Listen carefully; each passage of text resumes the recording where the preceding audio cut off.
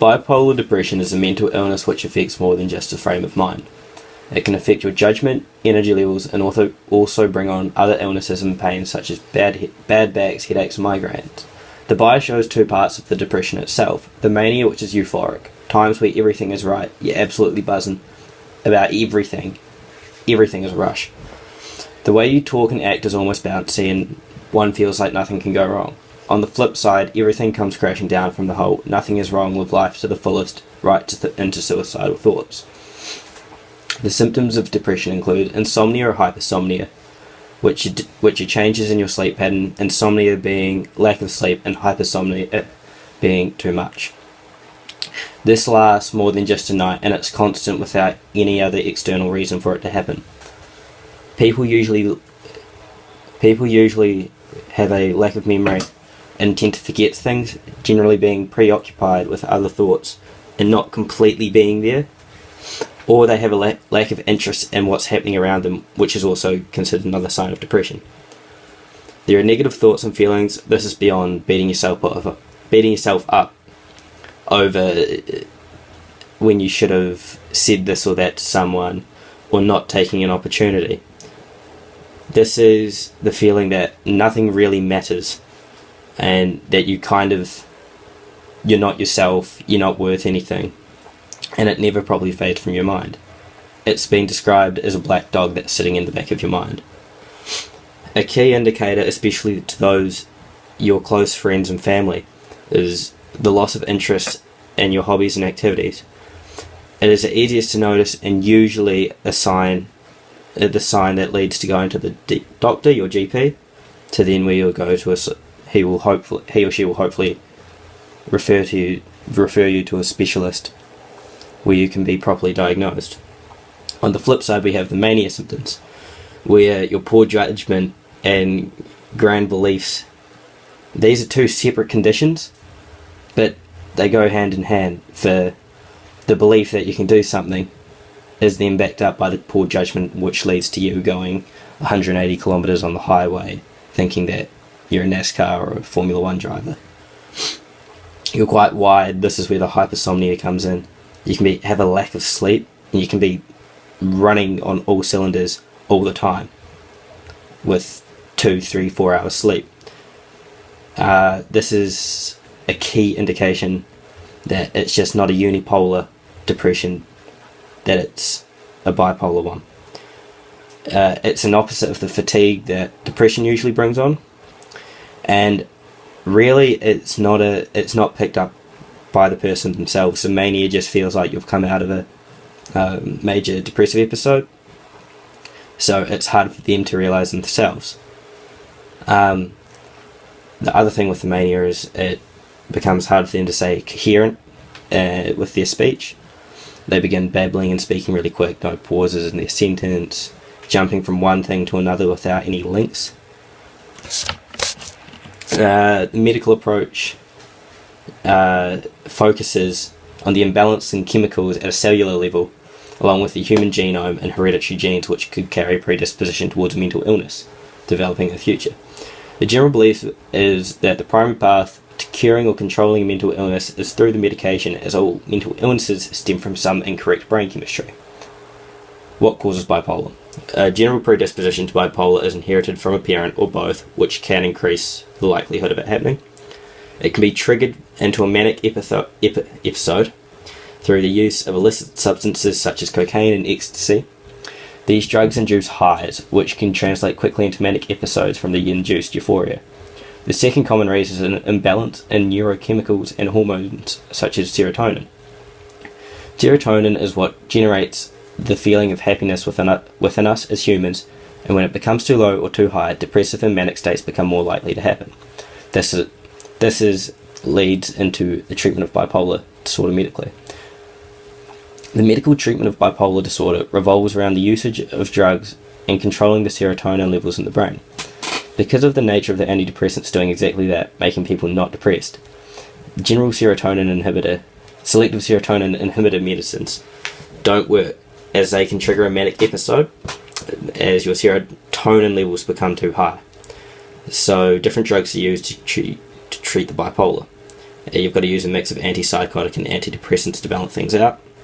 The problem with this is it creates a stable mindset where everything is flat and it becomes hard to feel both happy or sad at the same time. It kind of kills your emotions. The most common antidepressive medication used is Prozac. It's a tablet which is taken periodically to regulate serotonin levels. It stops the depressive episodes by raising them. It's not without its risks though. It carries 22% chance of nausea, 19 of insomnia, 13 of nervousness, and chance of an anxiety at 12%. It's important to note that it's considered a frequent side effect, generally by most pharmacies, if it happens more than in 1% of their test subjects. That's come from the rxlist.com, those stats. It's important to note that insomnia is related to manic episodes, which are also symptoms of bipolar, but shouldn't be confused with unidepression. Olanzapine is the antipsychotic drug used in conjunction with Prozac. It creates a ceiling on how much serotonin can be produced by the body. That takes away the chance of a manic episode happening. It acts nearly as a sedative. We know it's a sedative. It caps everything, and if the dosages are mixed up, you'll fall into a major depressive episode, which kind of flips side to the Prozac. One major side effect that's been noted from olanzapine is only noted after a prolonged use on the drug. The longer it's administered, basically you start to lose control of muscles. That comes in twitches of the eyes, the mouth, the hands, and it grows and grows and gets stronger and stronger. And the more it happens, the more it can start leading to dependency, and withdrawal symptoms are the same. That's why most GPs and specialists will say take the drugs in conjunction with a therapy, which leads into the cognitive approach, which we'll talk about in a sec. It means that you can come off the drug, or drugs in this case, and not have a reliance on them. A lot of people are quite happy to sit on the drugs for years and years and years and just live in like a no man's land of happy and sad. But it takes quite a lot away from life and their enjoyment they can get out of it. It becomes more of an existence rather than a life. So it's encouraged that you take them over a short time to get your hormones right, and you wean yourself off them. One, so you don't have the withdrawal effects, and two, so you can adjust slowly. But the therapy is supposed to help you deal with it. But in saying that, bipolar does need the drugs, as it's a bit different to just the unidepression. The main thing about taking the drugs though is it gives control back, so you can sit there and you can go to work and go to school and do your daily activities without too much interference, as if you weren't on them. It becomes just easier to cope. And then the other approach I want to talk about is the cognitive approach. It focuses more on a thought kind of side. So generally, if you were to ask a cognitive therapist or psychologist where and why someone develops the bipolar condition, you would say they would be saying that it would be through a past interaction with someone or thing or some trauma in your life, and thereby developing the disorder as a coping mechanism. And then, so that would be through Freud's theory that you had a falling out with your mum, which you had to suppress one side of yourself. And then 10 years down the track, where it's most common between the ages of 15 and 25, it flaring back up and you having these changes in emotion You could only be happy when you're a child. So these major signs of sadness come out as you hit teenage years. Or you never did anything right and you're constantly sad, and then all this happiness comes out. It stems from a past experience, rather than where the medical side will say, it's because your parents had it that you had it. This is because your parents did something.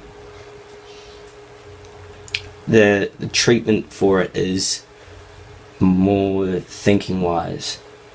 So, for example, I discussed it with Miss Bloomfield about the idea in a TV show. It's called Shameless. One of the characters develops bipolar. His reason was he had a predisposition to it because of his parent, but his way of dealing with it, rather than going the medical way and seeing a therapist and a doctor to get his drugs and stuff, he turned around and he recorded himself in a stable mindset saying, if you're watching this video, get home, surround yourself with safe people, an episode is coming up. So the chance your friends and family will notice the episode changes, and it becomes, what he did there was, it was forethought and thinking. He recorded himself, so when he sees it, he thinks, I need to get back home, I need to be with safe people. And that's what he does. It's a cognitive way, changing how he thinks and acts and behaves, over controlling it with any drugs. It's not as reliable, but it works without the drugs. See, what most people do there is they want to combine the two and then go from there as a stepping stone. Drugs, thinking, rather than just straight to thinking, because a lot of people struggle with that. The upside of that is obviously you keep the chemicals out of your body, and it's all a natural way, and there's no chance of overdose if you're in a major depressive state. Unfortunately, the problem with that is if you don't have that video or someone around you to say, mate, you're having an attack, you're not having an attack, you're having an episode, come with me, we need to calm you down. You fall into that episode, and the resulting consequences can be your beliefs, or your beliefs becoming swollen to a point where you go out and you hurt yourself, or you hurt something, or you falling into a sad depression where you're feeling suicidal and may do that and may commit suicide. That's the risk, but it's a much more holistic way that your friends and family can feel like they're helping you rather than you helping yourself. It requires quite a bit of trust in those that you're with around every day, day in, day out. Yeah. So bipolar itself is quite a complex disorder. It acts in different ways to a uni depression. It flares up with excitement too. There's not the versions of maternal depression or postnatal after a birth. It's triggered, and there's more of a medical approach. The approach to it's more medical at the moment than it is cognitive, just because of that added chance of developing a manic episode that can't be capped. Whereas you can thought train yourself out of a depression. You can't thought train yourself out of an episode.